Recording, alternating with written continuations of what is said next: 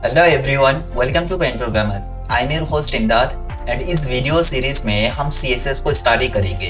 हम देखेंगे कि HTML एंड CSS को यूज करके किस तरह से एक फुल्ली फंक्शनल वेबसाइट बनाया जा सकता है। उसी के साथ साथ हम देखेंगे कि CSS की मदद से हम किस तरह से वेबसाइट्स को डिजाइन करते हैं, किस तरह से हम एनिमेशन बनाते हैं और किस तरह से एक साथ मल्टीपल्स एलिमेंट्स को डिजाइन किया जा सकता है। हम सारे टॉपिक्स को इस वीडियो सीरीज में देखेंगे। इस ट्यूटोरियल को फॉलो करने के लिए आपके पास HTML का नॉलेज होना जरूरी है। अगर आपको HTML नहीं आता है तो आप हमारे चैनल का प्लेलिस्ट चेक कर सकते हैं, जिसके अंदर हमने बहुत ही अच्छी तरीके से HTML को सीखा हुआ है। तो पहले HTML को सीख लीजिएगा, फिर इस ट्यूटोरियल को फॉलो करिए। आई होप आप सभी को इस वीडियो में कुछ नया सीखने को मिलेगा। तो without further edu let's dive into the video.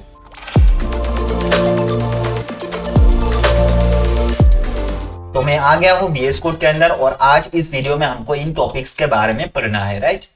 तो देखिए, इंट्रो टू CSS। तो CSS क्या होते हैं? CSS का फुल फॉर्म होता है कैस्केडिंग स्टाइल शीट। CSS की मदद से हम HTML के अंदर जो भी एलिमेंट्स वगैरह होते हैं उनको डिजाइन करते हैं, उनको खूबसूरत बनाते हैं। ठीक है, हमने HTML के अंदर पढ़ा था HTML एक मार्कअप लैंग्वेज है, यानी HTML की मदद से हम वेब पेज का स्ट्रक्चर तैयार करते हैं कि कौन क्या चीज कहाँ पे डिस्प्ले होगा। लेकिन CSS की मदद से हम क्या करते हैं, उन एलिमेंट्स को, जो एलिमेंट्स हमने क्रिएट किया HTML की मदद से, उन एलिमेंट्स को डिजाइन करते हैं। इन एग्जांपल, आपने एक बटन बना दिया, उस बटन को किस तरह से क्या कलर रहेगा, उसका साइज क्या रहेगा, उसके अंदर टेक्स्ट कौन सा होगा, वो सारी चीजें, मतलब टेक्स्ट का डिजाइन क्या होगा, वो सारी चीजें हम CSS से डिफाइन करते हैं। ठीक है, ओके, बहुत बढ़िया। तो दूसरा जो टॉपिक है वो है CSS का सिंटेक्स। अगर आपने हमारे चैनल का जो HTML ट्यूटोरियल है उसको फॉलो किया होगा तो आपको पता होगा कि CSS के अंदर सिंटेक्स किस तरह से लिखा जाता है। CSS के अंदर सिंटेक्स लिखने के लिए आपको तो पहले एक प्रॉपर्टी चाहिए होगा और उसके साथ साथ कॉलन के बाद आपको उसका वैल्यू दे देना है। ठीक है, तो इस तरीके से हमने ऑलरेडी सीख रखा था HTML के अंदर। अभी देखिए, प्रॉपर्टी के अंदर क्या आएगा, जो चीज हमको चाहिए, मतलब डिजाइन किस लिए कर रहे हैं। लेट्स से मैं टेक्स्ट का कलर चेंज कर रहा हूं, तो कलर एक प्रॉपर्टी है जो हमको पता है। ठीक है, और उस कलर का वैल्यू क्या होगा, लेट्स से रेड मान लेते हैं अभी के लिए। तो ये जो कलर है ये एक प्रॉपर्टी है। इस कॉलन के बाद ये जो रेड लिखा हुआ है ये इस प्रॉपर्टी का वैल्यू है, दैट इज कलर प्रॉपर्टी का वैल्यू, राइट। तो इस तरीके से हम CSS के अंदर सिंटेक्स लिखते थे। ओके, तो अगर हमको मल्टीपल सिंटेक्स लिखना है, आई मीन मल्टीपल डिजाइन वगैरह करना है, तब कैसे करेंगे? तो इसको सिंपली टर्मिनेट करेंगे और उसके बाद दूसरा जो है, लेट्स से अभी के लिए मान लेते हैं फॉन्ट फैमिली। ओके, तो मैंने यहाँ पे फॉन्ट फैमिली पास कर दिया और इसका जो वैल्यू है मैं मॉन्सेरेट लिख देता हूँ इस तरीके से। ओके, शायद M कैपिटल होगा।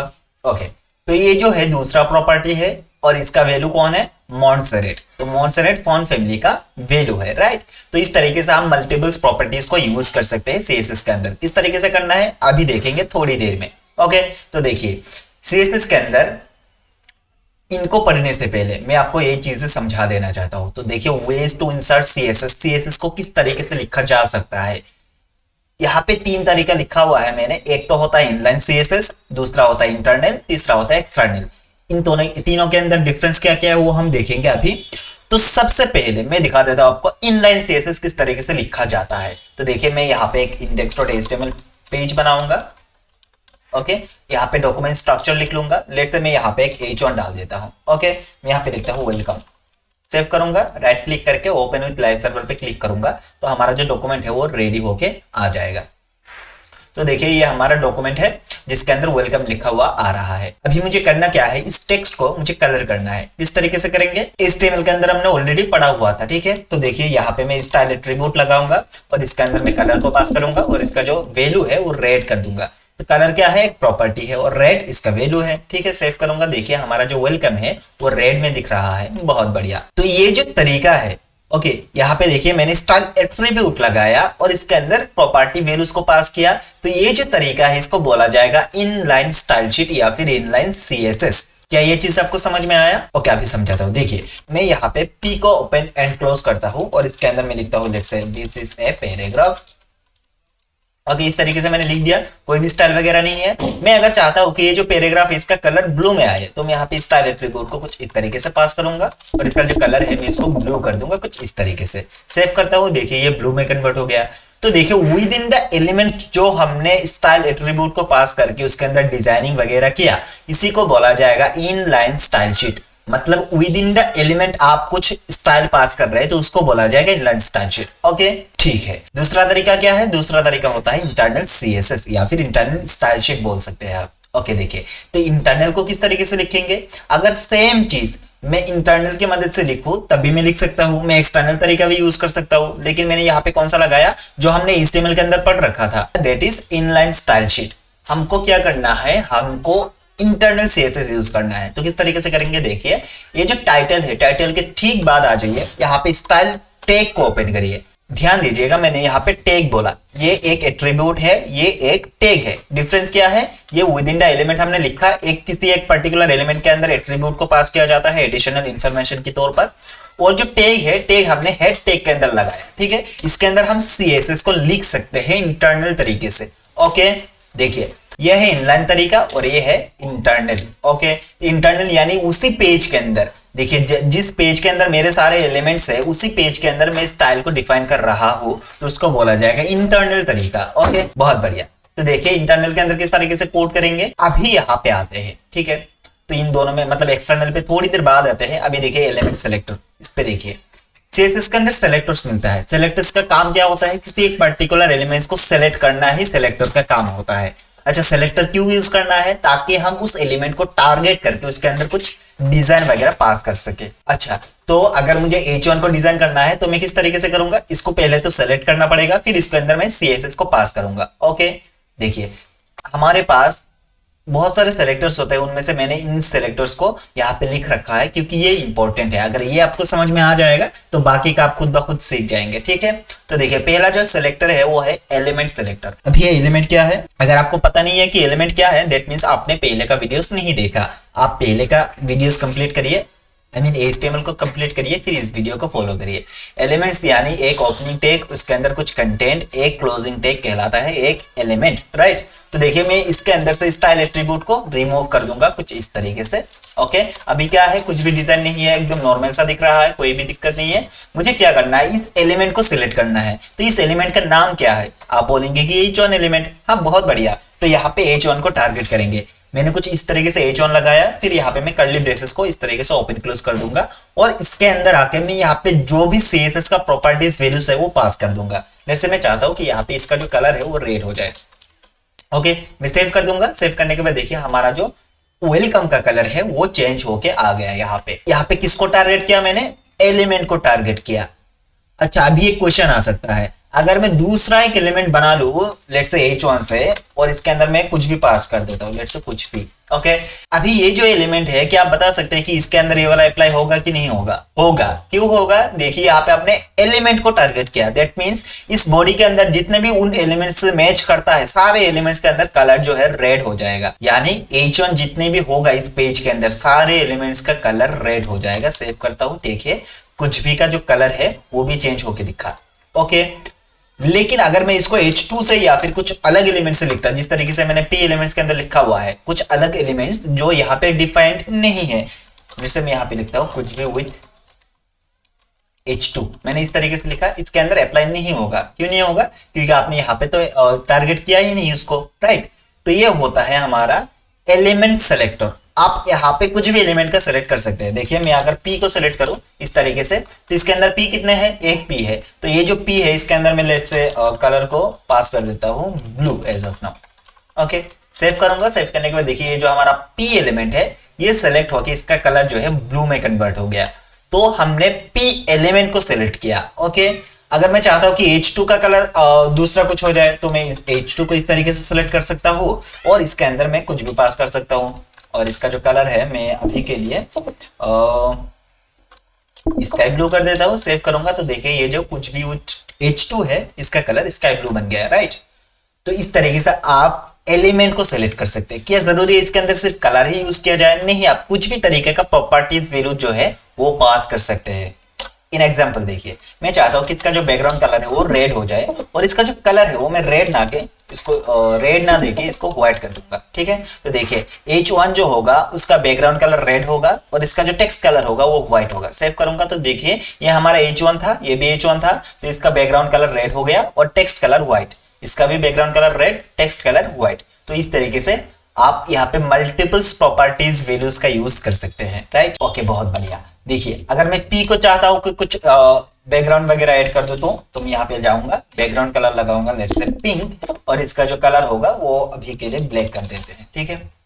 ओके, ब्लैक तो बाय डिफॉल्ट रहता है तो जरूरत नहीं है, तो मैं इसको रिमूव कर दूंगा, सेव करूंगा। तो देखिए इसका जो बैकग्राउंड कलर है वो पिंक हो गया और इसका जो टेक्स्ट कलर है वो बाय डिफॉल्ट ब्लैक में आता है, तो हमने यहाँ पे कुछ भी तरीके का प्रॉपर्टी वैल्यू यूज नहीं किया, राइट। अब इसके साथ भी कर सकते हैं आप, जो भी आपका मर्जी है, ठीक है। आप यहाँ पे बैकग्राउंड कलर लगा सकते हैं, इसका साइज जो है छोटा बड़ा कर सकते हैं, ओके। तो ये होता है एलिमेंट सेलेक्टर। एलिमेंट यानी आप डायरेक्टली एलिमेंट को टारगेट कर रहे हैं, यानी इस पेज के अंदर जितना भी एलिमेंट्स होगा जिसको आपने टारगेट किया, लेट्स से मैंने H1 को टारगेट किया, तो इस पेज के अंदर जितना भी H1 होगा सब में यही डिजाइन अप्लाई होगा। मैंने P को टारगेट किया, इस पेज के अंदर जितना भी पैराग्राफ्स होंगे सब में क्या होगा, यही डिजाइन फॉलो होगा। तो देखिए मैं अगर इसको रेप्लिकेट करके नीचे कहीं पे पेस्ट कर देता हूं तब भी सेम डिजाइन आया दोनों में, ओके। तो ये होता है एलिमेंट सेलेक्टर। आप एक एलिमेंट को सेलेक्ट करिए, उस पेज के अंदर जितने भी एलिमेंट्स होंगे, मतलब उससे मैच करता हुआ जितने भी एलिमेंट्स होंगे सब में सेम डिजाइन फॉलो हो जाएगा जो आपने यहाँ पे डिफाइन कर रखा है। तो ये कौन सा तरीका है CSS लिखने का, ये होता है इंटरनल तरीका, यानी आप उस पेज के अंदर जितने भी एलिमेंट्स है उनको टारगेट करके आप डिजाइन कर रहे हैं स्टाइल टैग के अंदर, ठीक है। तो ये बोला जाएगा इंटरनल तरीका, आई मीन इंटरनल CSS या फिर इंटरनल स्टाइल शीट, राइट। लेकिन अगर मैं यहाँ पे स्टाइल एट्रीब्यूट लगा के ये डिजाइन पास करता तो उसको बोला जाता इनलाइन CSS या फिर इनलाइन स्टाइल शीट, राइट। बहुत बढ़िया। तो देखिए एक होता है एलिमेंट सेलेक्टर, दूसरा होता है ID सेलेक्टर। अब ये ID सेलेक्टर क्या है, देखिए मैं यहां से सारे चीजों को रिमूव कर देता हूं और यहाँ पे जिस तरीके से लिखा हुआ है सारी चीजें ऐसे ही रहने देंगे। देखिए कुछ भी तरीके का स्टाइल वगैरह यहाँ पे नहीं आया। कभी कभार ऐसा होता है ना, यहाँ पे एक प्रॉब्लम देखिए, प्रॉब्लम क्या है, अगर मैं H1 को टारगेट करूंगा, कलर करूंगा और इसका जो वैल्यू है रेड कर दूंगा, तो दोनों H1 टारगेट होके, मतलब दोनों H1 सेलेक्ट होके इसका कलर रेड बन गया, ठीक है, सही है। लेकिन मुझे ये जो कुछ भी है इसका कलर ब्लू चाहिए, रेड नहीं चाहिए, तब क्या होगा। आप तो ऐसा नहीं कर सकते, आपने H1 को टारगेट किया, दैट मीन सारे H1 का कलर जो है रेड बन जाएगा, लेकिन मुझे इसका कलर रेड चाहिए, ठीक है। और बाकी जितने भी कलर होंगे, जैसे मैं इसको H1 बना देता हूं, मैं कॉम्प्लिकेटेड नहीं करना चाहता, मैं जस्ट आपको एक चीज समझाने की कोशिश कर रहा हूं। तो देखिए इसको मैंने H1 बनाया, इसको भी H1 बनाया और यहाँ पे H1 बना देता हूं। देखिए मैंने यहाँ पे H1 को टारगेट किया, राइट, और H1 की मदद से हमने क्या कर दिया, इसका कलर जो है रेड कर दिया, तो इसका भी रेड हो गया, ये भी रेड हो गया, ये भी रेड हो गया। मैं चाहता हूं कि इसका और इसका कलर रेड रहे, जैसा है ऐसा रहे, बट इसका कलर कुछ अलग होना चाहिए। अब मैं कैसे कर सकता हूं, हाँ, दो तीन तरीका है, उनमें से एक तरीका ये है कि आप इसके अंदर आइए, स्टाइल एट्रीब्यूट को पास करिए और इसका जो कलर है उसको कर दीजिए ब्लू। क्या हो गया, देखिए H1 का ऑलरेडी स्टाइल डिफाइंड है, ठीक है, दैट इज रेड, ओके। लेकिन मैंने यहाँ पे क्या कर दिया, स्टाइल एट्रीब्यूट दोबारा लगाया, उसके अंदर कलर को कर दिया ब्लू। तो ये जो वैल्यू है यहाँ पे अप्लाई तो पहले बार होगा, आई मीन फर्स्ट टाइम जब ये कोड चलेगा तब इसका कलर रेड होगा, राइट। फिर जाके यहाँ पे जब आएगा कोड, उसके बाद क्या होगा, वो जो रेड है उसको ओवरराइड करके ये ब्लू बना देगा। तो मैं सेव करूंगा तो देखिए इसका कलर जो है ब्लू बन गया। क्या ये चीज आपको समझ में आया। एक होता है ये तरीका। दूसरा क्या है, दूसरा होता है आप इसके अंदर एक आईडी पास कर दीजिए, ओके। इस आईडी के अंदर कुछ भी नाम दे दीजिए, लेट्स से मैं ब्लू लिख देता हूँ, ठीक है। तो ब्लू नाम का हमने आईडी बनाया। आईडी क्या है, एक एट्रीब्यूट है। एट्रीब्यूट क्या है, एडिशनल इंफॉर्मेशन किसी भी टैग का। तो देखिए आईडी जो है आप किसी भी एलिमेंट के अंदर लगा सकते हैं, ओके। तो आईडी का वैल्यू क्या है, ब्लू है। तो क्या हमने ब्लू को टारगेट करके यहाँ पे कुछ किया, नहीं किया, तो इसका कलर अभी भी रेड आएगा। क्यों, क्योंकि H1 के अंदर ऑलरेडी रेड डिफाइंड है और ये H1 से बना हुआ है, तो इसीलिए ये रेड में आया। लेकिन मैं चाहता हूँ कि ये जो आईडी है इसको सेलेक्ट करके मैं क्या करूँ, इसका जो कलर है उसको चेंज कर दूं। तो देखिए मैं यहाँ पे हैश लगाऊंगा। अच्छा हैश क्यों, क्योंकि ये एक आईडी है इसीलिए हैश लगाना पड़ेगा, ये जरूरी है, ओके। अगर आप डायरेक्टली एलिमेंट को टारगेट करते हैं तब आपको कुछ भी हैश डॉट कुछ नहीं लगाना पड़ता, आप जस्ट जो हमारा एलिमेंट का नाम है उसको लिख दीजिए, सेलेक्ट हो जाएगा। क्योंकि ये एक आईडी है तो आपको यहाँ पे हैश लगा के उस आईडी का नाम लिखना पड़ेगा, दैट इज ब्लू। तो फिर यहाँ पे आपको कर्ली ब्रेसेस ओपन कर लेना है, ओके। तो देखिए ब्लू को हमने टारगेट कर लिया और मैं चाहता हूँ कि ये जो ब्लू है, ब्लू का कलर में ब्लू बना दो, ओके। आई मीन जो आईडी है हमारा दैट इज ब्लू, उसका कलर ब्लू हो जाए। मैं सेव करूंगा, सेव करने के बाद देखिए ये जो कलर है ये ब्लू में दिखा आपको। किस लिए दिखा, इसके अंदर आईडी लगा हुआ है। इसका डिफॉल्ट स्टाइल क्या था, डिफॉल्ट स्टाइल था कलर रेड, ओके। तो इन मतलब यहाँ पे तीन एलिमेंट्स है H1 से बना हुआ, तो तीनों के अंदर क्या हो जाएगा, कलर रेड हो जाएगा। लेकिन क्योंकि आपने यहाँ पे आईडी एडिशनली पास किया और उस आईडी के अंदर आपने ब्लू पास किया, तो इसका जो कलर है ये बाय डिफॉल्ट जो कलर है वो ना रह के इससे ओवरराइट हो जाएगा, मतलब रेप्लिकेट हो जाएगा, चेंज हो जाएगा, रिप्लेस हो जाएगा। ठीक है, तो ये जो ब्लू है ये ब्लू यहाँ पे रेप्लिकेट हो जाएगा, ओवरराइट हो जाएगा। ठीक है, तो H1 के अंदर बाय डिफॉल्ट कलर रेड था, लेकिन यहाँ पे क्योंकि हमने आईडी लगाया और आईडी के अंदर कलर डिफाइंड है ब्लू, इसलिए इसका जो कलर है वो ब्लू में कन्वर्ट हो जाएगा। क्या ये चीज समझ में आया? आई होप आ रहा होगा। ओके, देखिए ये जरूरी नहीं है कि आईडी जो है आप सिर्फ H1 के अंदर लगाइए। मान लेते हैं कि हमको जो ये जो पी है ना, यहाँ पे दिस इज ए पैराग्राफ, इस पी को भी ब्लू में चाहिए, तो हम क्या कर सकते हैं, ये जो आईडी है हम यहाँ पे भी लगा सकते हैं और यहाँ पे मैं ब्लू पास कर देता हूँ। तब क्या होगा, देखिए इसका कोई डिफाइंड हमने यहाँ पे डिजाइन वगैरह डिफाइन नहीं किया, लेकिन इसका बाय डिफॉल्ट कलर क्या आया, ब्लैक आया, राइट। लेकिन हमने यहाँ पे आईडी को पास कर दिया, क्योंकि यहाँ पे आईडी लगा हुआ है और उस आईडी का स्टाइल डिफाइंड है, तो ये जो ब्लू है इस पे भी अप्लाई होगा, इस पे भी अप्लाई होगा। सेव करूंगा, सेव करने के बाद देखिए यहाँ पे ये भी ब्लू आ रहा है, ये भी ब्लू आ रहा है। क्यों आया? क्योंकि इसके अंदर आपने आईडी को पास कर रखा है, इसीलिए। ओके, क्या मैं इसके अंदर लगा सकता हूँ? हाँ, लगा सकते हैं, कोई दिक्कत नहीं। देखिए मैं यहाँ पे लगा देता हूँ, सेव करूंगा, सेव करने के बाद देखिए ये भी ब्लू में आ गया। ओके, ये होता है आईडी सेलेक्टर, यानी आप एक स्पेसिफिक आईडी को टारगेट करके उसके अंदर कुछ डिजाइन कर रहे हैं। ओके, तो उसको बोला जाएगा आईडी सेलेक्टर। हमने आईडी लगाया, उसके अंदर कुछ वैल्यू दिया, उस वैल्यू को टारगेट किया, उसके अंदर कुछ स्टाइल डिफाइन किया, तो इसको बोला जाएगा, ये जो चीज है ना जहां जिसको हमने सेलेक्ट कर रखा है ये आईडी सेलेक्टर है। तो आईडी को किस तरीके से सेलेक्ट करेंगे? हैश लगा के। ओके, ये चीज आपको याद रखना जरूरी है। ओके, अगला क्या है? अगला होता है क्लास सेलेक्टर। ये क्लास क्या है फिर देखिए मैं समझाता हूँ। जिस तरीके से हमने आईडी एट्रीब्यूट लगाया उस तरीके से हम क्लास एट्रीब्यूट भी लगा सकते हैं। इन दोनों में अंतर है, आईडी एंड क्लास एक बराबर नहीं है। कुछ चीजें आईडी में बेहतर हो सकता है, कुछ चीजें क्लास के अंदर बेहतर हो सकता है। ठीक है, देखिए मैं चाहता हूं कि ये जो टेक्स्ट है ना सेकंड वाला, दिस इज पैराग्राफ, मतलब दूसरा पैराग्राफ जो है उसके अंदर मैं क्लास एट्रीब्यूट को इस तरीके से लगाता हूं और इसके अंदर लेट्स से मैं चाहता हूं कि इसका जो बैकग्राउंड कलर है वो रेड हो जाए, तो मैं यहाँ पे बीजी रेड नाम का एक क्लास पास करता हूं। तो देखिए जब भी आप आईडी या फिर क्लास पास करेंगे, अगर उसमें दो वर्ड का यूज कर रहे हैं तो उसके अंदर बीच में आप स्पेस मत दीजिएगा। ठीक है, नहीं तो ये दो क्लासेस बन जाएगा। आप या तो हाइफन यूज कर लीजिए या फिर अंडरस्कोर यूज कर लीजिए या फिर इसको कैमल केस में इस तरीके से लिखिए, क्योंकि यहाँ पे दो वर्ड्स है तो आप यहाँ पे स्पेस नहीं लगाएंगे। स्पेस लगाएंगे तो क्या हो जाएगा, ये एक अलग क्लास बन जाएगा, ये एक अलग क्लास बन जाएगा, जो हमको नहीं चाहिए। हमको क्या करना है, बीजी रेड करना है, तो मैंने यहाँ पे हाइफन लगा दिया, तो ये जो चीज है एक वैल्यू माना जाएगा। ठीक है, तो देखिए बीजी रेड के अंदर क्या हमने कुछ डिफाइन किया है? अभी तक नहीं किया, तो इसके अंदर कुछ भी तरीके का जो स्टाइल है वो अप्लाई नहीं होगा। ठीक है, तो देखिए बीजी रेड को हमको टारगेट करना है, तो देखिए क्योंकि ये एक क्लास है तो हमको लगाना पड़ेगा डॉट। अगर ये आईडी होता तब हम हैश लगाते, क्योंकि ये एक क्लास है तो हम डॉट लगाएंगे। फिर जो क्लास का नाम है, नाम क्या है, बीजी हाइफन रेड, तो हमने इस तरीके से सेलेक्ट कर लिया इसको। ओके, तो देखिए बीजी रेड में इसके अंदर बैकग्राउंड कलर को रेड पास कर दूंगा। ओके, मैं सेव करता हूँ, सेव करने के बाद देखिए इसके अंदर बैकग्राउंड कलर रेड हो गया। ओके, हमने किस तरीके से सेलेक्ट किया, डॉट लगा के। नाम क्या है क्लास का, बीजी रेड, इसके अंदर स्टाइल क्या है, बीजी बैकग्राउंड कलर रेड। ओके, तो ये डिजाइन यहाँ पे अप्लाई हो गया। अगर मैं सेम डिजाइन ये जो बीजी रेड है ना, इस बीजी रेड को यहाँ पे भी लगाना चाहूँ तो देखिए मैं यहाँ पे क्लास लगाऊंगा, बीजी रेड को इस तरीके से अप्लाई करूंगा, सेव करूंगा, तो देखिए इसका बैकग्राउंड कलर रेड हो गया, क्योंकि इसका टेक्स्ट का कलर भी रेड था, तो इसीलिए क्या बन गया, ये दोनों एक साथ मतलब मिक्स हो गया, दिख नहीं रहा। ओके, हो सकता है कि ये जो बैकग्राउंड रेड है उसका जो टेक्स्ट है वो कहीं पे ब्लैक रहे, कहीं पे व्हाइट रहे। देखिए यहाँ पे मैं चाहता हूँ कि यहाँ पे ब्लैक ही रहे, ठीक है, अच्छा लग रहा है, लेकिन मैं चाहता हूँ कि ये जो टेक्स्ट है जो रेड है उसको मैं चेंज करना चाहूँ, तो मैं क्या कर सकता हूँ, इसके अंदर अगर मैं कलर को पास कर दूंगा व्हाइट, तब क्या होगा, ये तो सॉल्व हो जाएगा, लेकिन उसके साथ साथ ये भी चेंज हो गया जो मुझे नहीं चाहिए था। मैं चाहता हूँ कि इसका जो मतलब पहले का कलर था दैट इज ब्लैक, वो ब्लैक ही रहे, लेकिन इसका जो कलर है वो व्हाइट बन जाए। तब कैसे करेंगे, अगेन एक सोल्यूशन है, क्या आप इनलाइन स्टाइल शीट का यूज कर लीजिए।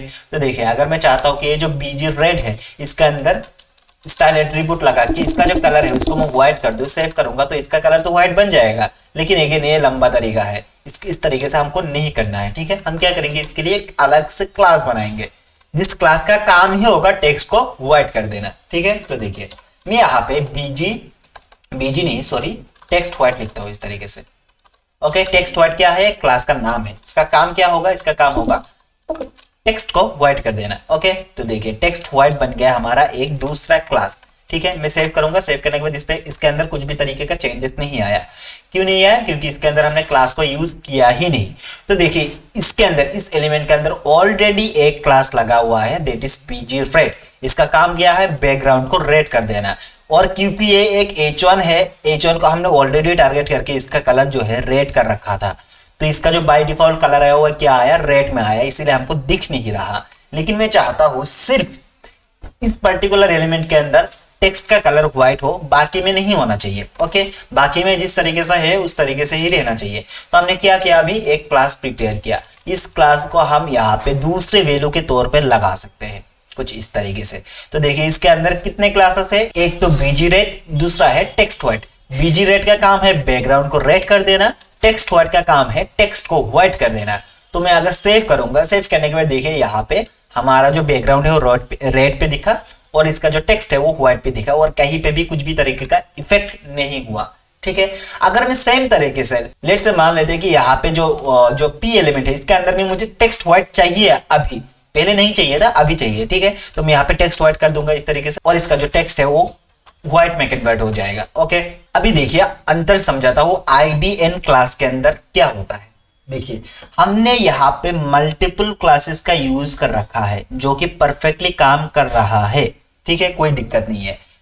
लेकिन ये चीज आप ID के साथ नहीं कर सकते, नहीं कर सकते मतलब आप यहाँ पे दूसरा वैल्यू नहीं दे सकते। अगर दे देंगे तब ये भी काम नहीं करेगा, ये भी काम नहीं करेगा। ओके, किस तरीके से एक डेमो दिखाता हूँ। देखिए यह हमने ब्लू नाम का एक ID बनाया था और अभी मैं व्हाइट नाम का एक ID बनाता हूँ, ठीक है। और इसका जो कलर है, ओके, इसका बैकग्राउंड कलर, क्योंकि उसका जो कलर है वो ऑलरेडी ब्लू है, तो मैं इसका बैकग्राउंड कलर जो होगा उसको मैं रेड कर दूंगा कुछ इस तरीके से, ठीक है। और इसको रेड बना देते। तो देखिए ये एक ब्लू है, ये रेड है, दोनों ID है। इसका काम क्या है, टेक्स्ट को ब्लू करना, इसका काम क्या है, बैकग्राउंड को रेड करना। तो देखिए यहाँ पे ऑलरेडी ब्लू टेक्स्ट लगाया हुआ है हमने यहाँ पे कुछ भी जो है, ठीक है। और ये जो एलिमेंट है इसके अंदर भी ब्लू ID लगा हुआ है। तो इसका काम क्या है, ID का काम ब्लू टेक्स्ट को ब्लू कर देना। यहाँ पे भी सेम काम हो रहा है, ठीक है। लेकिन मैं चाहता हूँ कि ये जो टेक्स्ट है वो ब्लू में रहे, लेकिन उसके साथ साथ ये जो बैकग्राउंड रेड है ये भी आ जाए, मतलब जो रेड वाला ID है।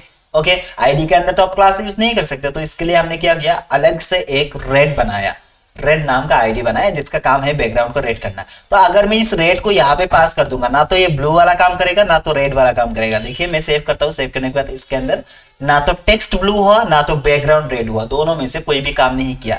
क्यों नहीं किया, क्योंकि ID के अंदर आप मल्टीपल्स वैल्यूज को पास नहीं कर सकते, ये प्रॉब्लम है ID के साथ। लेकिन क्लासेस के अंदर आप हजारों क्लासेस यूज कर सकते हैं, कोई दिक्कत नहीं होगा, ठीक है। तो ये चीज आपको ध्यान देना है कि ID के अंदर हम सिर्फ एक वैल्यू को यूज कर सकते हैं, ओके। लेकिन क्लास के अंदर हम क्या कर सकते हैं, बहुत सारे क्लासेस को डिजाइन करके यहाँ पे यूज कर सकते हैं, ठीक है। कभी कभार ऐसा होता है ना कि आपको सेम एलिमेंट्स 4-5 जगह है, मान लीजिए कि एक H1 है जो 3-4 जगह पे यूज हो रहा है, लेकिन आपको फर्स्ट वाला जो H1 है उसका डिजाइन कुछ अलग चाहिए, सेकंड वाला जो H1 है उसका डिजाइन कुछ अलग चाहिए। तब आप अगर H1 को डायरेक्टली टारगेट करके करेंगे तब क्या हो जाएगा, तब क्या होगा, सारे एलिमेंट्स का डिजाइन सेम हो जाएगा जो हमको नहीं चाहिए। अगर आप वहां पे ID लगाएंगे, ठीक है, तब क्या होगा, आप एक एक एलिमेंट को स्पेसिफिकली ID के हिसाब से डिजाइन करेंगे, राइट। लेकिन उसमें दिक्कत क्या होगा, कभी कभार अगर आपको चेंज करना पड़ा कुछ एक पर्टिकुलर एलिमेंट्स के अंदर, तब क्या हो जाएगा, बहुत दिक्कत हो जाएगा। मतलब सारे एलिमेंट्स के अंदर जाके आपको वो ID पास करना पड़ेगा या फिर उसके अंदर डिजाइन वगैरह चेंज करना पड़ेगा। लेकिन वहां पे सोल्यूशन क्या निकल के आता है, आता है क्लास। आप एक एक क्लास बनाइए, उसके अंदर एक एक तरीके का स्टाइल पास कर दीजिए, ठीक है। और उस क्लास को जहां जहां रिक्वायर्ड होगा वहां वहां यूज कर लीजिए।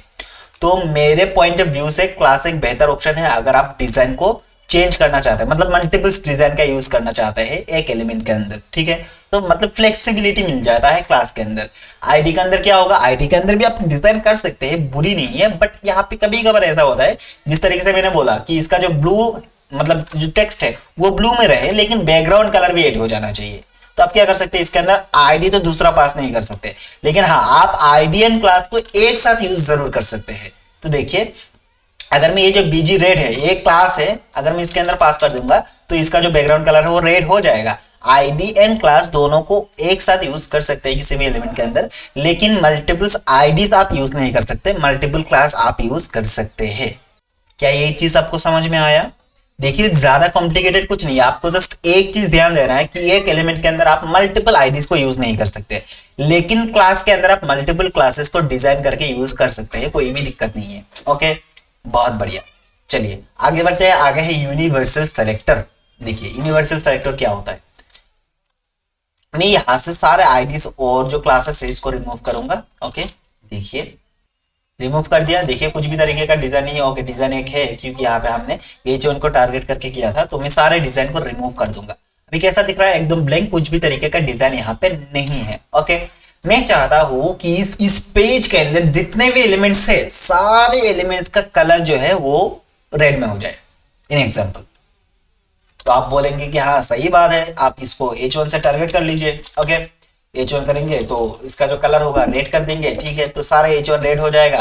फिर हम क्या करेंगे, P को सेलेक्ट करेंगे, सारा P जो है रेड हो जाएगा। अब बोल सकते हैं कुछ इस तरीके से, लेकिन देखिए यहाँ पे हमने एक साथ डिजाइन नहीं किया, सेम कोड हमको दोबारा रिपीट करना पड़ा P को सेलेक्ट करने के लिए।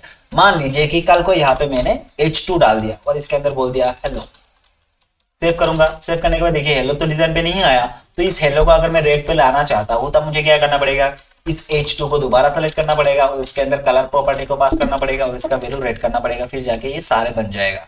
ठीक है, ये एक सही अप्रोच नहीं है। अगर सारे एलिमेंट्स के अंदर आपको सेम डिजाइन चाहिए तो हमारे पास मिलता है यूनिवर्सल सेलेक्टर। इसका काम क्या होता है, इसका काम ही होता है कि ग्लोबली सारे एलिमेंट्स को सिलेक्ट कर दे। तो देखिए मैं रिमूव करूंगा, यहाँ पे 2-3 तरह का एलिमेंट हमने लिखा हुआ है। मैं चाहता हूं कि इसके अंदर जो भी तरह का एलिमेंट है, मतलब जो भी है, H1 से बना हुआ है, P से बना हुआ है, H2 से बना हुआ है, फर्क नहीं पड़ता, सारे एलिमेंट्स का कलर जो है रेड हो जाना चाहिए। तो मैं यहाँ पे सिंपली स्टार लगाऊंगा। Okay curly braces open close करूंगा, कलर प्रॉपर्टी को पास करूंगा और इसका वैल्यू रेड कर दूंगा। सेव करूंगा तो देखिए इसके अंदर जितने भी एलिमेंट्स है सारे रेड में है। ठीक है, हमने ना तो आईडी को टारगेट किया, ना तो टैग को टारगेट किया, ना तो क्लासेस को टारगेट किया, हमने किसको टारगेट किया, ग्लोबल यूनिवर्सल सेलेक्टर के अंदर लिख दिया कि इसके अंदर जितने भी टेक्स्ट वगैरह आएगा सारे के कलर कर दो क्या, रेड। तो देखिए अगर मैं यहाँ पे स्पेन टैग से भी कुछ लिखता हूँ ना, लेट्स से हाई, सेव करूंगा तो इसका जो हाई होगा वो भी रेड में आएगा क्योंकि यहाँ पे यूनिवर्सल सेलेक्टर लगा हुआ है। क्या यह चीज आपको समझ में आया? आई होप आ रहा होगा। तो देखिए अगर मैं चाहता हूं कि इस पेज के अंदर जितना भी टेक्स्ट हो सारा टेक्स्ट का जो फॉन्ट है वो सेम है, तो देखिए मैं यहाँ पे फॉन्ट फैमिली लगाऊंगा और यहाँ पे मैं मॉन्सेरेट लगा दूंगा इस तरीके से। सेव करूंगा, सेव करने के बाद देखिए ये जो पूरा टेक्स्ट है, मतलब जितने भी टेक्स्ट है, सिर्फ एक नहीं, जितने भी टेक्स्ट होंगे इसके अंदर सारे का जो स्टाइल होगा वो मॉन्सेरेट बन जाएगा। ओके क्या ये चीज आपको समझ में आया? बहुत बढ़िया। अगला होता है ग्रुपिंग सेलेक्टर। ग्रुपिंग क्या होता है, देखिए इसको मैं रिमूव करता हूं। ओके मैं चाहता हूं H1 का जो कलर है वो रेड हो जाए। अगेन सेव करूंगा तो सारे H1 जो है वो सिलेक्ट हो जाएगा। उसके साथ मैं चाहता हूं कि H2 का जो कलर है वो भी रेड हो जाए, तो मैं यहाँ पे H2 को इस तरीके से सेलेक्ट करूंगा। ओके इसका कलर रेड कर दूंगा और मैं चाहता हूँ बाकी का जो कलर है वो जैसा है ऐसा ही रहे, मुझे ये रेड नहीं चाहिए, ये भी रेड नहीं चाहिए, इस पेन का जो भी है ये सारे रेड नहीं चाहिए। तो देखिए यहाँ पे प्रॉब्लम क्या हुआ, अगेन हमको H1 को अलग से सेलेक्ट करना पड़ा, H2 को अलग से सेलेक्ट करना पड़ा, फिर इसके अंदर सेम तरह का वैल्यू एंड प्रॉपर्टी जो है वो पास करना पड़ा। ठीक है, लेकिन इसका एक शॉर्टकट तरीका है। शॉर्टकट तरीका क्या, क्योंकि H1 एंड H2 का जो डिजाइन है वो सेम है, तो मैं इसको रिमूव कर सकता हूँ और यहाँ पे जाके कॉमा लगा के H2 को इस तरीके से सेलेक्ट कर दूंगा। तब क्या हुआ, देखिए H1 भी सेलेक्ट हुआ, H2 भी सेलेक्ट हुआ और उन दोनों के अंदर कलर जो है रेड हो गया। तो देखिए ये H1 से बना था, ये H2 से बना था, तो अगर मैं H2 को कहीं पे भी पेज के अंदर लिखूं तो सारे H2 का कलर रेड पे दिखेगा। ओके अगर अभी मैं चाहता हूं लेट्स से मुझे P को भी सेलेक्ट करना है, देखिए ये यूनिवर्सल नहीं है, मैं चाहता हूं सिर्फ specific H1 H2 and P element जो है उसके अंदर रेड है, बाकी का जो है उसके अंदर नहीं आना चाहिए, ठीक है अभी के लिए। तो मेरा जो काम है इस पी को रेड करना है, तो अगर अगेन मैं इसको पी को अलग तरीके से सेलेक्ट करूंगा फिर रेड करूंगा, ऐसे ना करके मैं यहाँ पे डायरेक्टली पी को पास कर सकता हूँ। तो देखिए H1 भी सेलेक्ट हो गया, 2 भी सेलेक्ट हो गया, पी भी सेलेक्ट हो गया, अभी उसके अंदर रेड हो जाएगा। देखिए ये हमारा पैराग्राफ है, उसके अंदर सारे जो है रेड में दिख रहा है।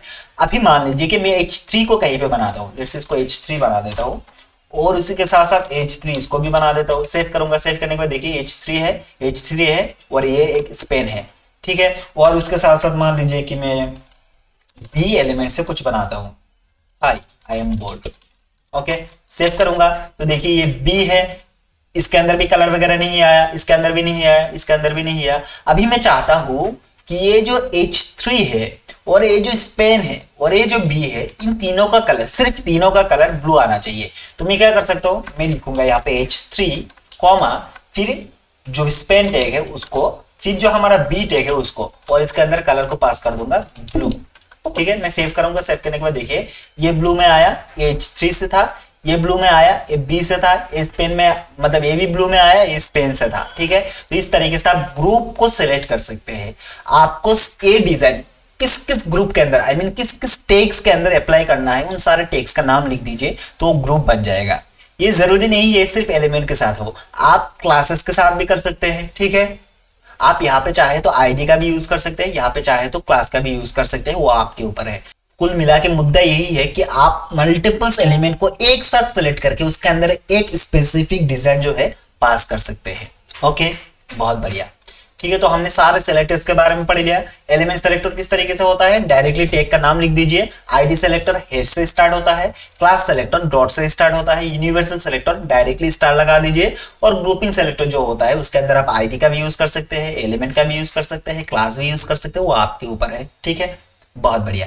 अभी देखिए इसके अंदर से हमने दो तरीका सीख लिया। जो हमने HTML के अंदर पढ़ा था वो इनलाइन CSS था, जो हमने अभी क्या है इस स्टाइल टैग के अंदर लिख के इसको बोला जाएगा इंटरनल CSS, और एक बाकी रह जाता है that is external CSS। External क्या होता है, देखिए मैं चाहता हूं कि ये जो पेज है, ओके, इसके अंदर जो भी तरह का डिजाइन है वो सारे डिजाइन में यहाँ पे ना लिख के एक्स्ट्रा करके एक CSS का अंदर, मतलब CSS का एक अलग से फाइल बनेगा, उसके अंदर मैं सारे डिजाइन को पास कर दूंगा। तो देखिए मैं यहाँ पे जाऊंगा और इसके अंदर लिखता हूँ style.css। देखिए स्टाइल की जगह आप कुछ भी लिख सकते हैं, लेकिन .css जो है वो कंपलसरी, वो आपको लगाना ही पड़ेगा, ठीक है। तो यहाँ पे आप कुछ भी नाम दे सकते हैं, और यहाँ पे सारे डिजाइन जो है, मुझे स्टाइल टैग नहीं चाहिए, इसके अंदर सारे जो डिजाइन है उसको मैं रिमूव करूंगा यहाँ से, और यहाँ पे सिंपली पेस्ट कर दूंगा और इसको रिमूव कर दूंगा। क्या अभी इसका जो स्टाइल है वो यहाँ पे अप्लाई हो जाएगा?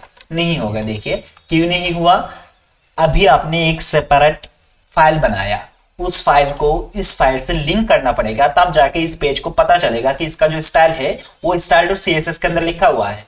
तो इसको लिंक कैसे करेंगे, देखिए मैं सिंपली यहाँ पे लिंक को लिखूंगा, और यहाँ पे जो VS कोड का सजेशन है वो दिख रहा है, यहाँ पे देखिए लिंक :CSS जो होता है, इसके अंदर आपको क्लिक कर देना है, और यहाँ पे जो भी आपका फाइल का नाम है वो दे देना है। मेरे केस में style.css है, अगर आपने कुछ अलग लिखा तो यहाँ पे आपको स्टाइल की जगह वो नाम दे देना है, ठीक है। मैं सेव करूंगा, सेव करने के बाद देखिए हमारा जो स्टाइल है वो अप्लाई हो गया है, लेकिन इसका स्टाइल शीट ना तो हमने इनलाइन तरीके से लिखा, ना तो इंटरनल तरीके से लिखा। हमने स्टाइल के लिए अलग से एक पेज बना दिया और उसके अंदर सारा स्टाइल जो है वो डिफाइन कर दिया। तो इसी को बोला जाएगा एक्सटर्नल CSS या फिर एक्सटर्नल स्टाइल शीट, ओके। क्या ये चीज समझ में आया आपको? देखिए मैं इसको रिपीट करता हूं, आपको सिंपली एक फाइल बनाना है, उसके अंदर सारे डिजाइन जो है उसको लिख देना है, ओके। और इसके अंदर आपको, मतलब जो जिस पेज से आपको लिंक करना है उसके अंदर आपको लिंक लिखना है, और यहाँ पे CSS का जो सजेशन है उस पर क्लिक कर देना है, ओके। सेव करते हैं, सेव करने के बाद हमारा डिजाइन जो है इस तरीके से आया। अगर मैं यहाँ से सारे डिजाइन को रिमूव कर दूंगा तो यहाँ से भी डिजाइन चला जाएगा। मैं चाहता हूँ सिर्फ H1 का कलर जो है वो रेड आ जाए, तो मैं यहाँ पे H1 को इस तरीके से सेलेक्ट करूंगा, और यहाँ पे डायरेक्टली जो हमारे H1 है वो सारे रेड में कन्वर्ट हो जाएगा, ठीक है। अगर मैं चाहता हूं कि ब्लू नाम से एक आईडी बनाऊं या फिर क्लास बनाऊं, जैसे ब्लू नाम का एक क्लास बना दिया, और इसके अंदर जो बैकग्राउंड कलर है उसको मैं ब्लू कर दिया, ठीक है। सेव करूंगा, और ये जो ब्लू है जहां जहां मुझे चाहिए वहां वहां मैं यूज कर सकता हूँ। जैसे मैं बी के अंदर करता हूँ तो इसका क्लास ब्लू, सेव करूंगा, ये जो है ब्लू में कन्वर्ट हो जाएगा, मतलब इसका जो बैकग्राउंड कलर है वो ब्लू में कन्वर्ट हो जाएगा, ठीक है। और मैं चाहता हूं कि ब्लू में बैकग्राउंड कलर कन्वर्ट तो हो, लेकिन उसका जो कलर है वो व्हाइट में आ जाना चाहिए। सेव करूंगा तो देखिए ये व्हाइट में आ गया। और ये जो क्लास है ये मैं जहां पे भी यूज करूंगा उसका बैकग्राउंड कलर एक तो ब्लू बन जाएगा और इसका जो टेक्स्ट कलर है वो व्हाइट बन जाएगा। देखिए मैं अगर जैसे कुछ भी विद h1 जो है इसके अंदर क्लास को पास कर दूं ब्लू, तो सेव करूंगा तो इसका जो बैकग्राउंड कलर है वो ब्लू में कन्वर्ट हुआ और इसका जो टेक्स्ट का कलर है वो व्हाइट में कन्वर्ट हुआ। ओके, क्या ये चीज आपको समझ में आया? देखिए अगेन रिपीट करता हूं, ये हमको पता था ऑलरेडी। हमको प्रॉपर्टी लिखना है, उसका वैल्यू दे देना है। इस तरीके से आप मल्टीपल प्रॉपर्टीज वैल्यूज को यूज कर सकते हैं। फिर आपको मिलता है CSS सेलेक्टर। सेलेक्टर के अंदर हमको एलिमेंट सेलेक्टर मिलता है जिसकी मदद से हम डायरेक्टली टैग को सेलेक्ट करते हैं। ID सेलेक्टर मिलता है किसी एक स्पेसिफिक अलग तरीके का डिजाइन के लिए, ठीक है। क्लास सेलेक्टर मिलता है जिसके अंदर हम मल्टीपल क्लासेस को ऐड करके उसके अंदर अलग अलग तरीके का डिजाइन यूज कर सकते हैं। यूनिवर्सल सेलेक्टर मिलता है जिसके अंदर हम सारे एलिमेंट्स को एक साथ सेलेक्ट करके उसके अंदर स्पेसिफिक डिजाइन पास कर सकते हैं। ग्रुपिंग सेलेक्टर है जिसके अंदर हम क्या कर सकते हैं, मल्टीपल एलिमेंट्स या फिर मल्टीपल क्लासेस, मल्टीपल आईडीज को सेलेक्ट करके ग्रुप बना के उसके अंदर एक तरह का स्टाइल यूज कर सकते हैं, ठीक है। ऑलराइट, अभी देखिए 3 तरह का वे मिलता है CSS को लिखने के लिए जो हमने ऑलरेडी पढ़ रखा था HTML के अंदर।